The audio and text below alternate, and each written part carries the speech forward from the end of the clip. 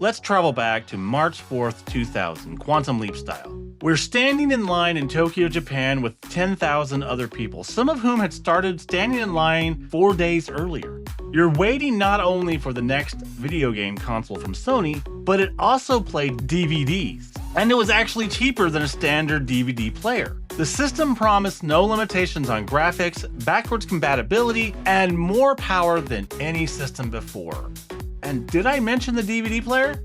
The console that launched this week would go on to sell 1 million units in its first 5 days, and it would quickly become the best-selling console of all time. It marked the first time a console launch wasn't just a day in the life of a gamer. It became an event. Little did the world know that 17 years later, with Nintendo reeling from the Wii U, they would release the second best-selling console of all time and change the world of gaming on the go.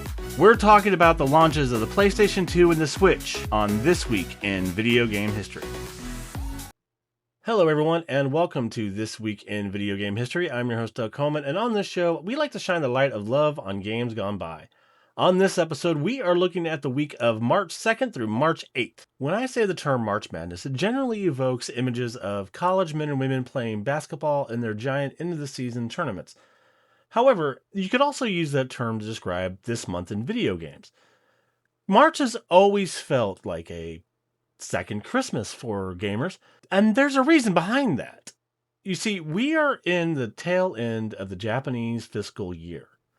Companies like Sony, Nintendo, and Square Enix are pushing their biggest projects out the door so they can get them on the books. This week isn't just about the hardware.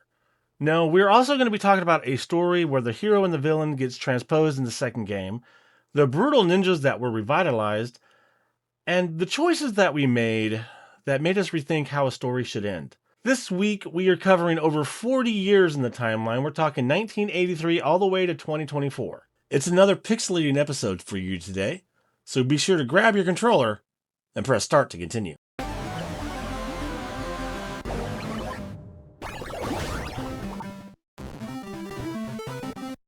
We're kicking off this episode by taking a look at 5 amazing games that came out this week. From a classic story getting turned on its head to the return of a legend, and finally to a game whose fans' reaction broke the internet. We've got ninjas, aliens, and beeping handhelds, oh my. Let's get to the timeline.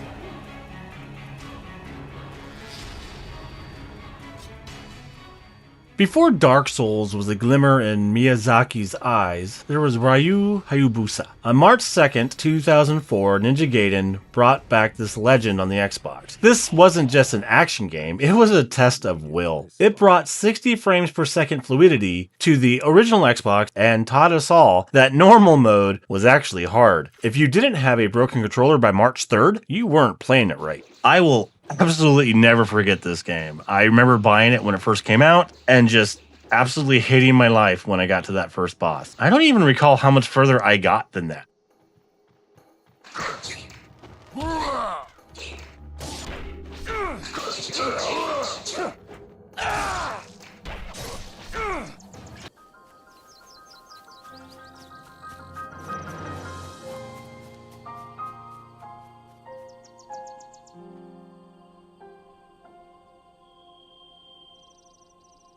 On March 3rd, 2017, Nintendo released The Legend of Zelda Breath of the Wild on the Switch. Do you remember that feeling of stepping out of the Shrine of Resurrection and seeing Hyrule for the first time? It didn't just launch a console, it dismantled the Ubisoft Tower style of open worlds where you had to climb towers in order to unlock and populate other areas. Breath of the Wild told us, if you could see it, you can go there.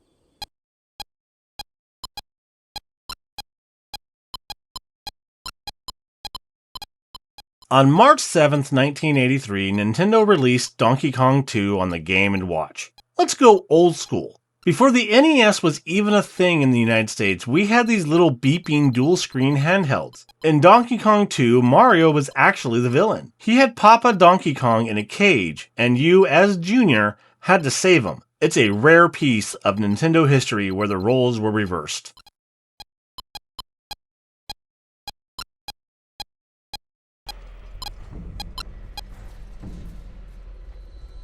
There are men who flee destiny, only to have it swallow them whole.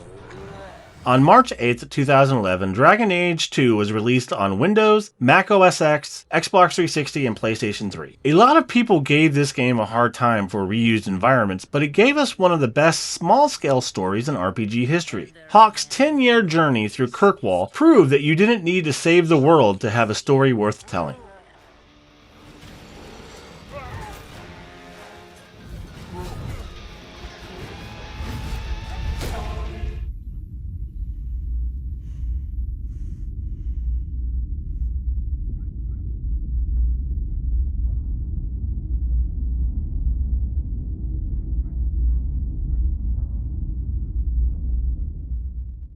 EA released Mass Effect 3 on Windows, Xbox 360, and PlayStation 3 on March 6, 2012. This was the week that the internet broke. Mass Effect 3 was the highly anticipated closure of the Mass Effect trilogy. The game itself was a masterpiece for about 98% of the experience, but that final 2%? It sparked global conversations about artistic integrity versus fan satisfaction. It's the reason we have extended cuts and day one patches that actually change story beats.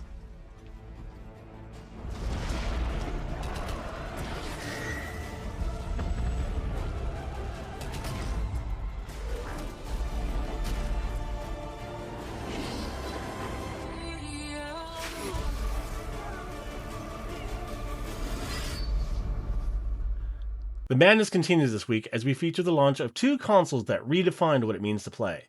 One brought the DVD player into our living rooms and became the best-selling franchise of all time. The other broke the walls between home and go.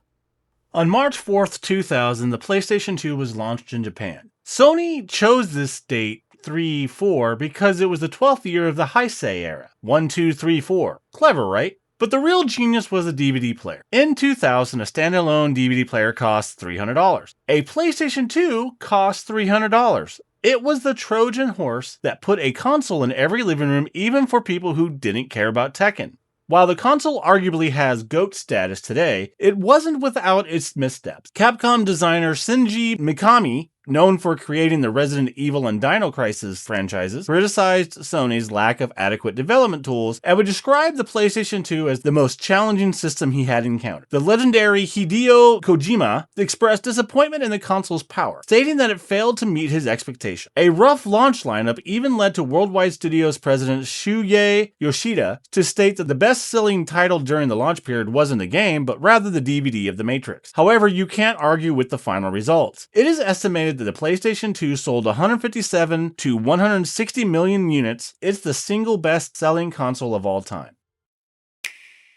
Contrast that with the Switch, which was released March 3rd, 2017. Nintendo was coming off the Wii U, which, let's be honest, was a bit of a disaster. And with mobile gaming eating a bigger chunk of their market every day, people thought Nintendo was done. Then they dropped a tablet with detachable controllers and said, now you never have to stop playing. It was a redemption arc for the ages. When studying up on this console for this episode, I was surprised to learn just how much research went into it. They studied the gaming cultures of Japan and North America and realized that Japanese gamers like to play on the go and with social groups, while Western players tended to play at home by themselves. This led to the concept of developing a console that could do both and do it well. An underwhelming and buggy launch marred the initial experiences, but overall, the game system quickly found a home, and the console was praised for its versatility and potential. The Switch was make or break for Nintendo, and it definitely made it, becoming the second best-selling console of all time.